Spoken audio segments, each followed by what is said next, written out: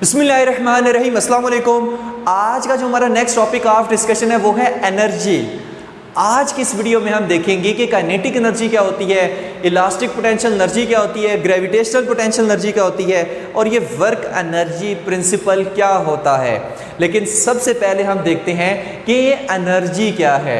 देखिए, वैसे तो आप 9-10 में पढ़ के आ चुके हैं, लेकिन इसमें कोई 1, 2 या 4 चीज़ें इंशाल्लाह एक्स्ट्रा आप लाजमी पढ़ेंगे। तो the capacity of a body to do work, या हम कहते हैं the ability of a body to do work is called energy. कि किसी बॉडी में वर्क करने की जो एबिलिटी होती है उसी को हम क्या कहते हैं, एनर्जी। अब वर्क क्या है कि अगर मैं फोर्स अप्लाई करूं तो डिस्प्लेसमेंट का वर्क है, ये वर्क है, ठीक है। तो अगर मैं किसी को धक्का मारता हूं तो इसका मतलब है मैं वर्क कर रहा हूं, यानी कि मेरे पास एबिलिटी है कि मैं वर्क कर सकता हूं, यानी मेरे पास एनर्जी है। तो किसी बॉडी में जो एबिलिटी होती है वर्क करने की, तो यही हमारे पास क्या कहलाती है, एनर्जी कहलाती है, ठीक है। अब जो एनर्जी होती है वो हमारे पास 2 टाइप्स की होती है। कौन कौन सी? काइनेटिक एनर्जी और पोटेंशियल एनर्जी। तो the energy possessed by a body due to its motion is called kinetic energy.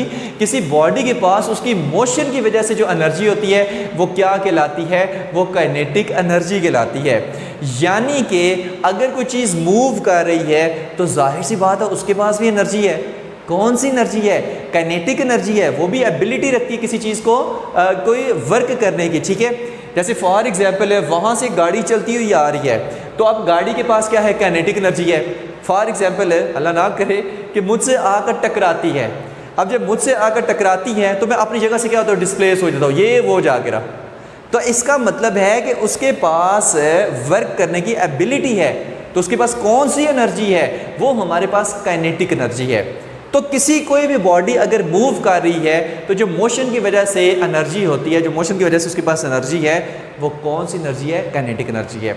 और किस चीज़ पे डिपेंड करती है, मैस और वेलोसिटी पे। जितनी वेलोसिटी ज़्यादा होगी किसी गाड़ी की, किसी बॉडी की, यानी जितनी ज़्यादा तेज़ वो मूव कर रही होगी उतनी ज़्यादा उसकी काइनेटिक एनर्जी होगी। ओके हो गया। नेक्स्ट हमारे पास आती है potential energy. The potential energy possessed by a body due to its position in a force field or due to its constrained state is called potential energy। तो जो हमारे पास energy possessed by a body, जो किसी बॉडी के पास energy होती है, ठीक है, किसकी वजह से, पोजीशन की वजह से। Energy possessed by a body due to its position, तो पोजीशन की वजह से जो किसी बॉडी के पास एनर्जी होती है उसी को हम कहते हैं पोटेंशियल एनर्जी। या हमारे पास due to its constraint state, मतलब कि ऐसे कंप्रेस्ड स्टेट है।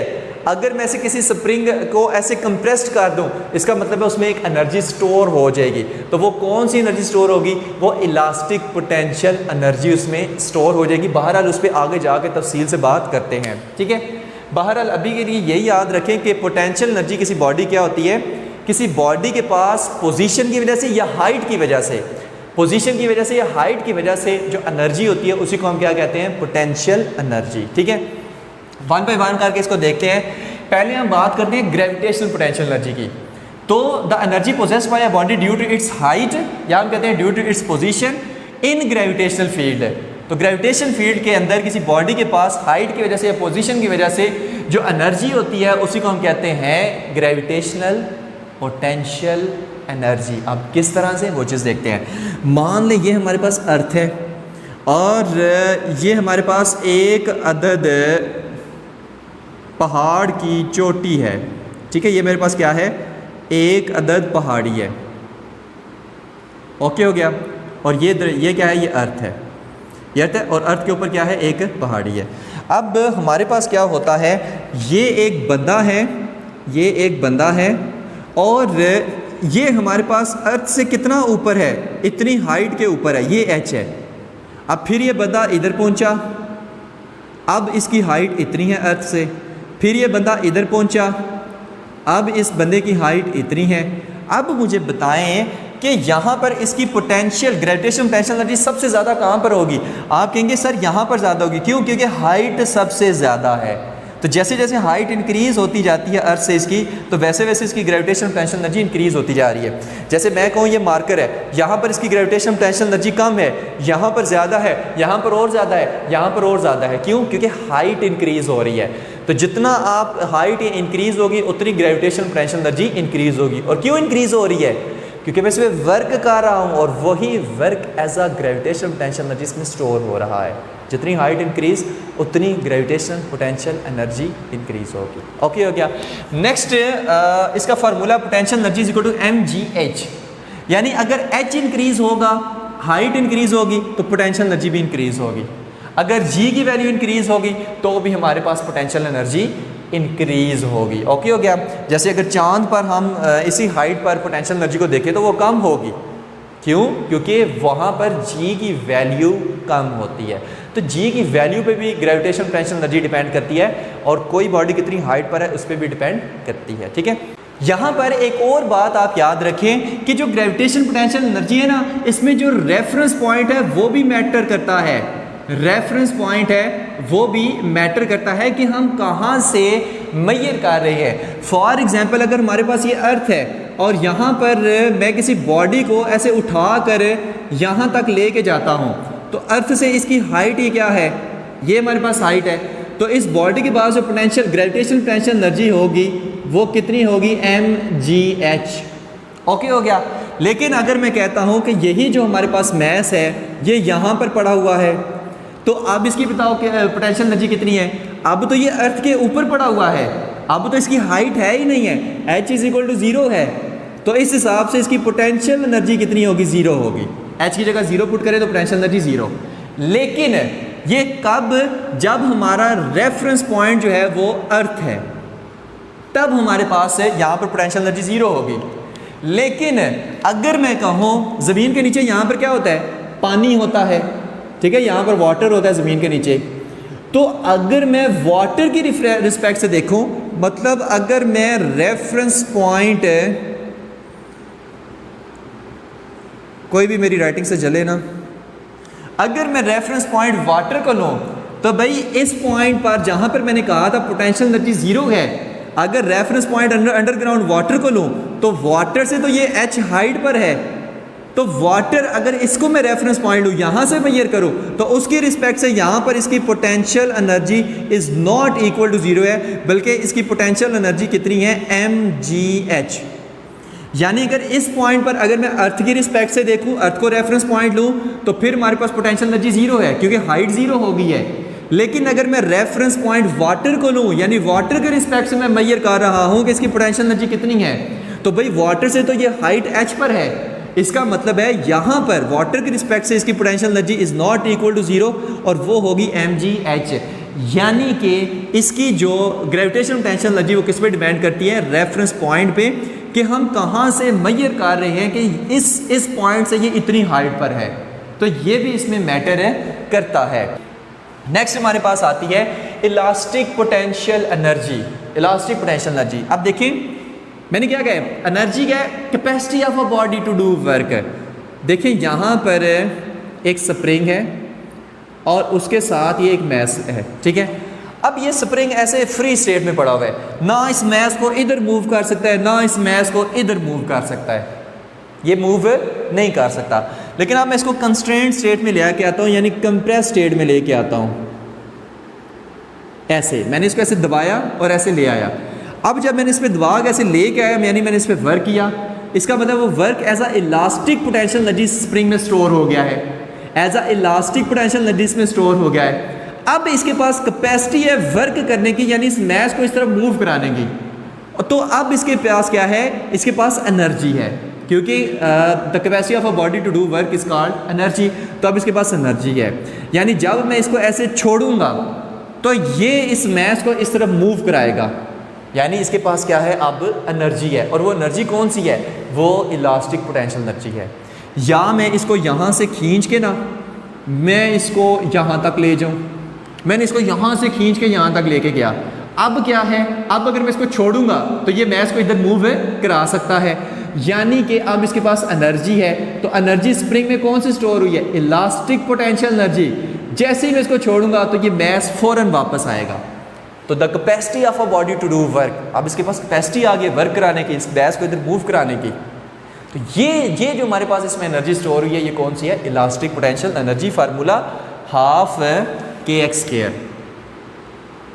इलास्टिक पोटेंशियल एनर्जी, यानी जितना मैं इसको अपनी पोजीशन से डिस्प्लेस करूंगा, एक्स क्या है पोजीशन है, कहाँ तक मैं इसको डिस्प्लेस कर रहा हूँ, उतनी इलास्टिक पोटेंशियल एनर्जी इंक्रीज होगी। तो अगर पोजीशन में मैं चेंज ला रहा हूँ, पहले इधर था अब मैंने खींच के इधर कर दिया है, तो इसका मतलब है इसमें इलास्टिक पोटेंशियल एनर्जी इंक्रीज होगी। तो पोजीशन की वजह से जो हमारे पास एनर्जी होती है वो भी कौन सी होती है, वो पोटेंशियल एनर्जी होती है। हाइट की वजह से जो एनर्जी होती है वो भी कौन सी होती है, पोटेंशियल एनर्जी होती है। Gravitational potential energy, elastic potential energy. Okay हो गया, ठीक है। नेक्स्ट हम देखते हैं वर्क एनर्जी प्रिंसिपल हमारे पास क्या है। वर्क एनर्जी प्रिंसिपल क्या है कि फॉर एग्जांपल है, अगर हमारे पास ये एक बॉल है जिसका मैस m है, वेलोसिटी इसकी vi है इस तरफ, ठीक है, और मैं इस पे फोर्स अप्लाई करता हूँ इस तरफ, तो ये बॉल ज़ाहिर है कुछ डिस्प्लेसमेंट कवर करेगा और बॉल यहाँ पर पहुँच गया, तो अब इसकी जो वेलोसिटी है वो vf है, यानी कि इसकी वेलोसिटी में चेंज आया है, यानी कि इसकी काइनेटिक एनर्जी में चेंज आया है। मैं फोर्स लगा रहा हूँ, इसका मतलब मैंने इस पर वर्क किया है, इसने कुछ डिस्प्लेसमेंट कवर किया, इसकी वेलोसिटी में चेंज आया, यानी इसकी काइनेटिक एनर्जी में चेंज आया। तो वर्क करने की वजह से कितनी काइनेटिक एनर्जी में चेंज आया है, इसी को हम कहते हैं वर्क एनर्जी प्रिंसिपल। वर्क करने की वजह से किसी बॉडी की काइनेटिक एनर्जी में कितना चेंज आया है उसको हम कहते हैं वर्क एनर्जी प्रिंसिपल। इसी तरह ये हमारे पास एक मार्कर है, मैं इसमें वर्क करके इसको यहाँ तक लेके जाता हूँ, तो वर्क करने की वजह से इसकी अब ग्रेविटेशनल पोटेंशियल एनर्जी में कितना चेंज आया है, तो ये भी हमारे पास क्या कहलाता है, वर्क एनर्जी प्रिंसिपल। यानी इन शॉर्ट ये कि अगर हम किसी बॉडी पर वर्क करें तो उसकी काइनेटिक एनर्जी में चेंज आए या उसकी पोटेंशियल एनर्जी में चेंज आए, तो वो हमारे पास उस वर्क के इक्वल होगा जिसने वो चेंज लाया है। यही हमारे पास क्या है, वर्क एनर्जी प्रिंसिपल है। ओके हो गया, ठीक है, जितना वर्क करेंगे उतना एनर्जी में चेंज आएगा, यही हमारे पास वर्क एनर्जी प्रिंसिपल है, ठीक है। अब इसकी डेरिवेशन यहाँ पर इसी क्या है कि आप थर्ड इक्वेशन ऑफ मोशन से स्टार्ट करेंगे, 2as is equal to vf square minus vi square, ठीक है। अब यहाँ से d डिस्प्लेसमेंट कवर किया तो s की जगह में d लिख रहा हूँ, तो यहाँ पर d। अब वर्क क्या होता है, सोचने का ज़हन यहाँ पर क्या बनाना है, वर्क हमारे पास होता है W is equal to F D. तो पहले मैं D की वैल्यू फाइंड करूंगा, फिर मैं F की वैल्यू फाइंड करूंगा, फिर दोनों को मल्टीप्लाई करूंगा, तो हमारे पास वर्क एनर्जी प्रिंसिपल निकल आएगा। तो पहले D की वैल्यू फाइंड करते हैं, इस D की यहाँ से, तो D is equal to V F square minus V I square divided by 2a। तो ये हमारे पास आ गई D की वैल्यू। फोर्स की वैल्यू क्या है, F is equal to ma होता है, तो ये हमारे पास आ गई फोर्स की वैल्यू। तो अब हमारे पास F की भी वैल्यू है, D की भी वैल्यू है। अब आपने क्या करना है, दोनों इक्वेशंस को मल्टीप्लाई कर दे। यहाँ पर क्या है, F वैल्यू है, D वैल्यू है, अब दोनों को मल्टीप्लाई करें तो क्या आएगा, वर्क। तो F D is equal to force की वैल्यू कितनी है, ma, D की वैल्यू कितनी है, V F square minus V I square divided by 2a। अब ये a इस a से गया, तो एफ डी की जगह मैं क्या लिख दूँ, work is equal to m, इससे पहले मल्टीप्लाई करेंगे तो एम वी एफ का स्क्वेयर, यहाँ पर माइनस एम वी आई का स्क्वेयर डिवाइडेड बाई 2। तो क्या मैं लिख सकता हूँ, w is equal to M V F का square divided by 2 minus M V I का स्क्वेयर डिवाइडेड बाई 2। लिख सकते हैं, बिल्कुल लिख सकते हैं। आप मुझे बताएं 1/2 mv स्क्वायर क्या होता है, काइनेटिक एनर्जी। तो यहाँ पर हम लिखेंगे kinetic energy final minus kinetic energy initial, ठीक है। वी आई है ना, तो kinetic energy initial, V F है तो काइनेटिक एनर्जी फाइनल। तो W is equal to change in its kinetic energy. ये हमारे पास है वर्क एनर्जी प्रिंसिपल कि work done on a body is equal to change in its kinetic energy. अभी potential energy को हम यहाँ से ख़त्म कर रहे हैं कि work done on a body is equal to change in its kinetic energy is called work energy principle. क्योंकि यहाँ पर वर्क क्या कर रहा है, बॉडी की काइनेटिक एनर्जी में चेंज ला रहा है। तो work done on a body is equal to change in its kinetic energy is called work energy principle. Okay हो गया। तो ये सारी डेरिवेशन आपने इसमें करनी है। लेकिन अगर वर्क करने से बॉडी की पोटेंशियल एनर्जी में चेंज आ रहा है तो आप फिर उसमें क्या लिखेंगे, work done on a body is equal to change in its potential energy is called work energy principle. Okay हो गया। तो ये चीज़ याद रखनी कि वर्क करने से किसी बॉडी की एनर्जी में चेंज आता है। अगर काइनेटिक एनर्जी में चेंज आ रहा है तो हम यहाँ पर काइनेटिक एनर्जी लगा देंगे, अगर पोटेंशियल एनर्जी में चेंज आ रहा है तो इसकी जगह हम पोटेंशियल एनर्जी लिख देंगे। ओके हो गया। तो ये हमारे पास क्या है, वर्क एनर्जी प्रिंसिपल है। तो ये था हमारा आज का लेक्चर। होप्स हो कि आपको सारा समझ आ गया होगा। Thank you very much. अल्लाह हाफिज़।